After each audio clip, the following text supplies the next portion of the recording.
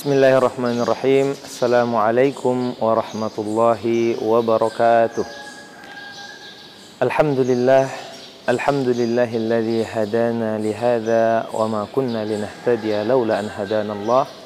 Ashhadu an la ilaha illallah wahdahu la syarika lah wa ashhadu anna Muhammadan abduhu wa rasuluh la nabiyya ba'dah.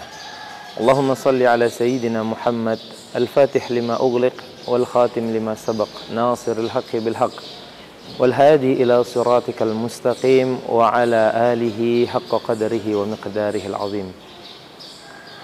Qala ta'ala fi kitabihil karim, Allah berfirman dalam Al-Qur'an, ya ayyuhalladzina amanu, wahai orang-orang yang beriman, kutiba alaikumus shiyam, diwajibkan bagi kalian untuk berpuasa, kama kutiba alal ladzina min qablikum, sebagaimana telah diwajibkan untuk umat-umat sebelum kalian, la'allakum tattaqun, agar kalian bertakwa.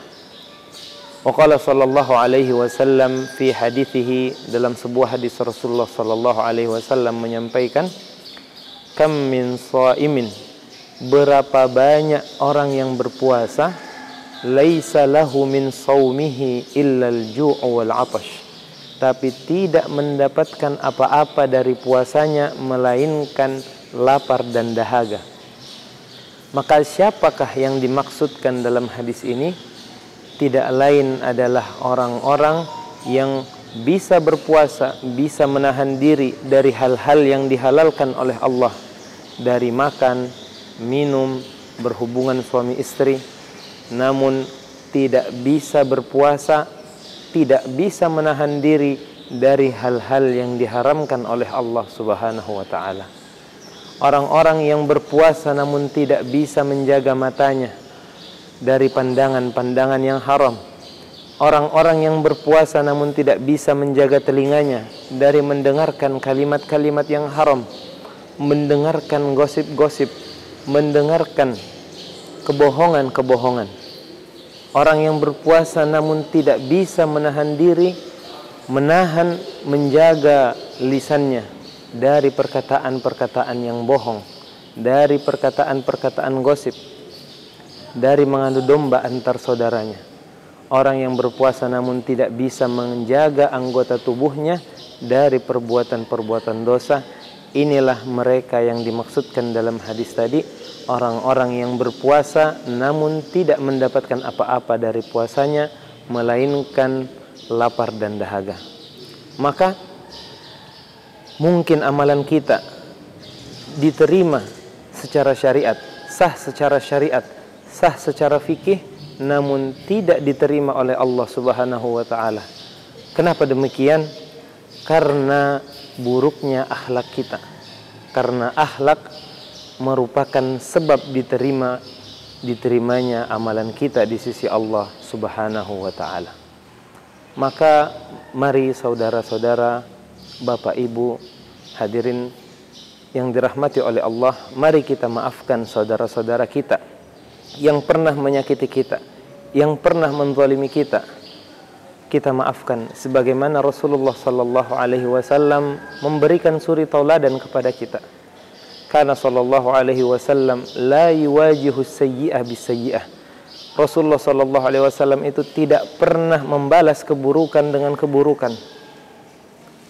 Wa yaltamisul 'udhra lil akharin. Yang kedua, beliau selalu bisa menemukan alasan untuk memaafkan orang lain. Bahkan dalam sebuah pepatah dikatakan, u'zur akhaka walau sab'ina marrah. Carikanlah alasan untuk memaafkan saudaramu bahkan sampai 70 alasan. Kemudian kana sallallahu alaihi wasallam la yuwajihul qat'a bil qat'i. Rasulullah sallallahu alaihi wasallam pun tidak pernah membalas orang yang ingin memutus tali silaturahim dengan beliau dengan memutus tali silaturahim itu. Walakin yuwajihul qat'a bis-silah. Kan Rasulullah sallallahu alaihi wasallam justru menyambungkan tali silaturahim dengan orang yang ingin memutus tali silaturahim dengan beliau. Makanya dalam sebuah hadis Rasulullah sallallahu alaihi wasallam menyampaikan, "Laisal wasilu bil mukafi." Bukanlah orang yang menyambung tali silaturahim orang yang sekedar membalas kebaikan dengan kebaikan. Walakinnal wasila idza quti'at alladhi idza quti'at rahimuhu wasalaha.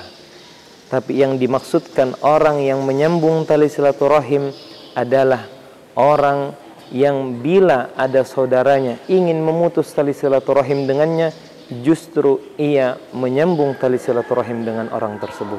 Inilah yang dimaksud dalam hadis menyambung tali silaturahim dengan sesama saudara kita. Maka salah satu nasihat dari ulama Mesir, Syekh Yusri Jabir menyampaikan, "Mahma zulimta lam tuzlam mithlan nabi." Ketahuilah bahwasanya separah-parahnya kezaliman yang engkau alami tidak akan pernah sebanding dengan kezaliman yang dialami oleh Rasulullah sallallahu alaihi wasallam. Mahma udita lam tu'ada mithlan nabi sallallahu alaihi wasallam. Separah-parahnya permusuhan, separah-parahnya kita dimusuhi oleh saudara kita, tidak akan pernah sebanding dengan permusuhan yang dialami oleh Rasulullah sallallahu alaihi wasallam. In daqat akhlaquk, kalau seandainya engkau merasa bahwa akhlakmu tidaklah baik, bahwa akhlakmu buruk, fa afdalud dawa'i li tahsinil akhlaq, maka sebaik-baik obat untuk memperbaiki akhlak ma'rifatun nabi. Yang pertama adalah dengan mengenal sosok baginda Rasulullah sallallahu alaihi wasallam. Wa kathratis salati wassalami alaihi. Yang kedua adalah dengan memperbanyak salam dan salawat untuk junjungan kita Rasulullah sallallahu alaihi wasallam. Dua hal inilah yang akan menjadi obat bagi akhlak kita yang buruk. Wala taqul khalaqani rabbi hakadha, dan jangan sekali-sekali engkau mengatakan Tuhan telah menciptakanku sedemikian rupa. Tuhan menciptakanku dengan sifat pemarah. Qad aflaha man zakkaha. Dalam Quran Allah bilang, sungguh beruntung orang yang mensucikan jiwanya. Wa qad khaba man dassaha. Dan sungguh merugi orang yang mengotorinya. Maka mari sama-sama kita jadikan suri tauladan kita Rasulullah sallallahu alaihi wasallam menjadi role model dalam kehidupan kita, menjadi public figure yang kita damba-dambakan. Sebagaimana Allah bilang dalam Al-Quran, laqad kana lakum fi rasulillahi uswatun hasanah. Sungguh ada suri tauladan yang baik bagi kalian dalam diri Rasulullah sallallahu alaihi wasallam. Liman kana yarjullaha wal yawmal akhir wa dzakarallaha katsira. Namun suri tauladan ini hanya berlaku bagi 3 orang. Yang pertama, orang yang beriman kepada Allah. Kemudian yang kedua, orang yang beriman kepada hari akhir.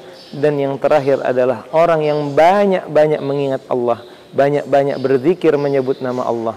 3 orang inilah yang tentunya akan menjadikan Rasulullah sallallahu alaihi wasallam sebagai suri tauladan dalam kehidupannya, sebagai public figure dalam kehidupannya. Aqulu qauli hadza, hanya ini yang bisa kami sampaikan, lebih dan kurangnya kami mohon maaf. Syukran. Wassalamualaikum warahmatullahi wabarakatuh.